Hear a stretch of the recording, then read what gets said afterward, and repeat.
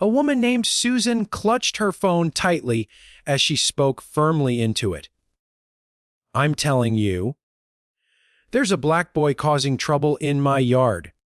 Almost immediately, the sound of sirens pierced the tranquility of the afternoon, and flashing lights illuminated the quiet street. In the center of this unfolding drama stood Marcus, a 12-year-old boy beside a police car, his face pale and hands trembling. Curious neighbors began to gather, their whispers mixing with the wailing sirens, creating an atmosphere thick with tension and uncertainty. As the police arrived, some onlookers peeked out from behind curtains, while others whispered among themselves, their expressions a mix of concern and curiosity. The scene was charged, and the air was heavy with anticipation, setting the stage for the events that were about to unfold. Do you like this story? Let us know where you're watching from!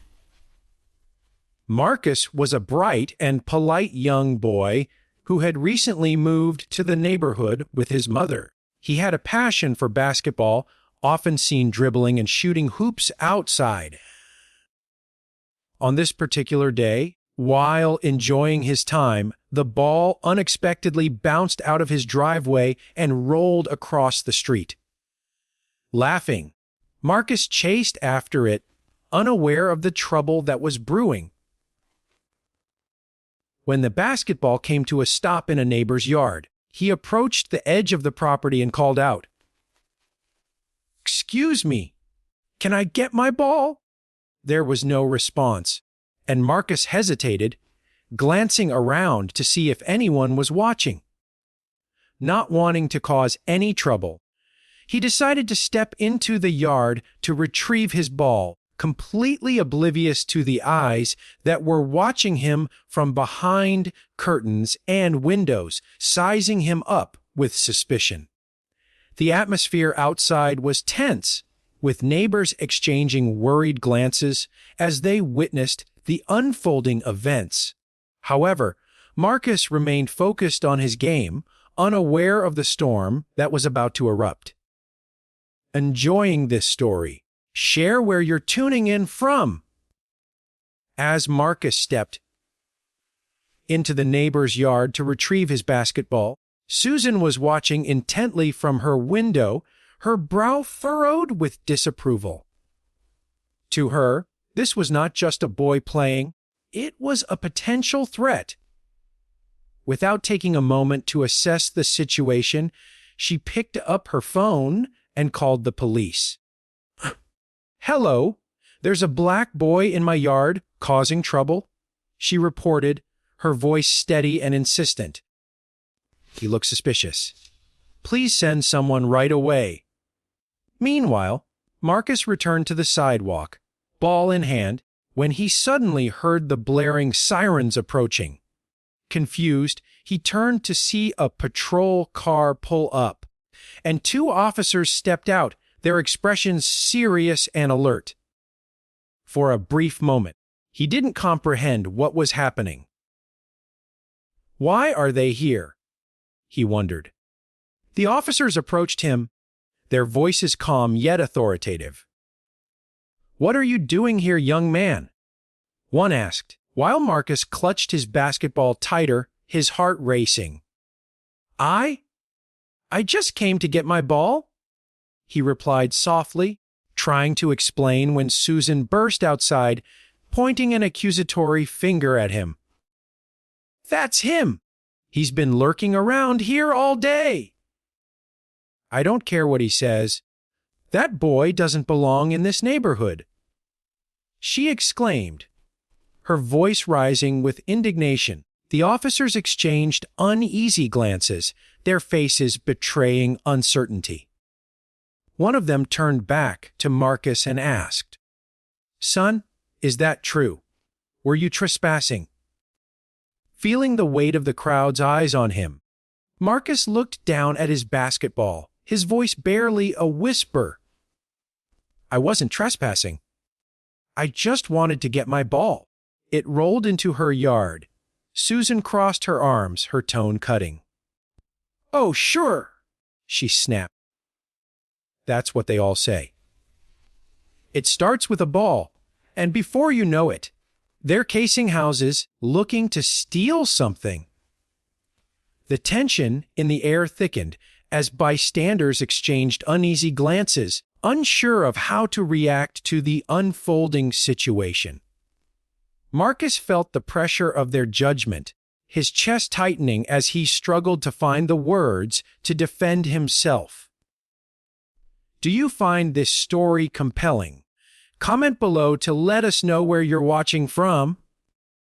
Just as Marcus stood there, overwhelmed and anxious, he mustered the courage to ask the officers if he could call his mom. What neither Susan nor the officers realized was that Marcus's mother, Jessica, was not just any parent. She was a highly respected state senator known for her commitment to justice and equality. As the phone rang in Jessica's office, she recognized her son's trembling voice on the line. He quickly explained the situation, and without hesitation, she sprang into action. Knowing the gravity of the moment, she made a few urgent calls, and within minutes, a convoy of black SUVs sped toward the neighborhood, lights flashing and sirens blaring. Onlookers were taken aback by the sudden arrival of the fleet of vehicles, their confusion palpable.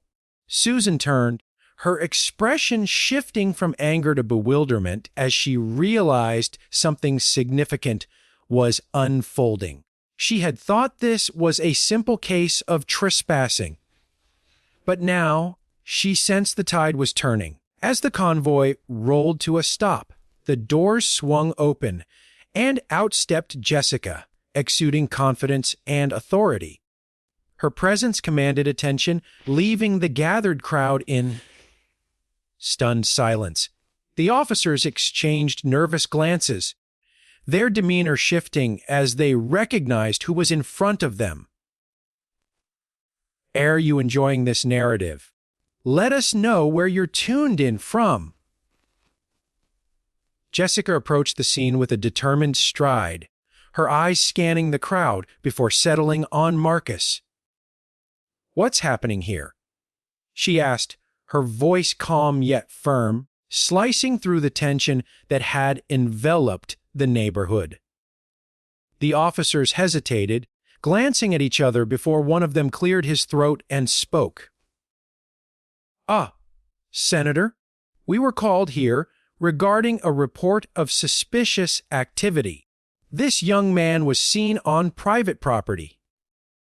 Jessica turned her gaze to Susan, who stood stiffly, still trying to maintain her composure. "And you made this report?" she inquired, her tone steady but laced with a challenge. Susan nodded quickly, her bravado waning. "Yes, I saw him in my yard. I didn't know who he was or what he was doing, so I called the police. I thought it was the right thing to do." Jessica held her silence for a moment, letting the weight of her words settle in the air before responding. "So, you called the police on a child retrieving his basketball, and your first instinct was to assume he was a threat." Susan stammered, her earlier confidence evaporating. "Then, I didn't know who he was. He could have been anyone. Boys like him don't just wander into yards without a reason." Jessica's expression hardened as she repeated, "Boys like him. What exactly does that mean?" The people gathered around watched in silence, the implications of Susan's words hanging heavily in the air. Feeling the pressure of Jessica's scrutiny, Susan struggled to find her voice, her earlier accusations feeling increasingly baseless. Jessica stepped closer, her voice steady and commanding. "Let me be clear. You called the police on a child without any evidence, and now you're here trying to justify your actions with assumptions that reflect more about you than they do about him. This should not have happened. The crowd stood in stunned silence, processing the gravity of the moment. Jessica turned to the officers, asserting, "I want this resolved properly. My son deserves better than this treatment." The officers nodded, their professionalism returning as they understood the importance of the situation. Ere you engaged with this story, hit that subscribe button if you believe that justice should never be determined by the color of one's skin. Jessica did not just advocate for her son. She spoke for every child who had faced discrimination and prejudice. She addressed the crowd, emphasizing the need for awareness and understanding within the community. This is not just about Marcus. This is about every child who has been made to feel unwelcome and every parent who has worried about their child's safety. She declared, her voice resonating with emotion. As the weight of her words settled among the onlookers, many began to reflect on their own biases. Jessica proposed a series of community workshops aimed at discussing issues of prejudice, inclusion, and accountability. Marcus, inspired by his mother's strength, decided to share his experience at a school assembly, encouraging his peers to stand up against discrimination. "I didn't understand why someone would think I was bad just because of the way I look," he shared. "But now, I know we have to be better and fight against that."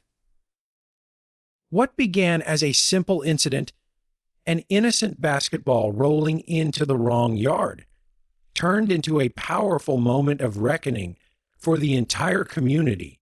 Susan learned a painful lesson about the consequences of her actions, and the shame lingered with her in the days that followed, affecting her interactions with her neighbors.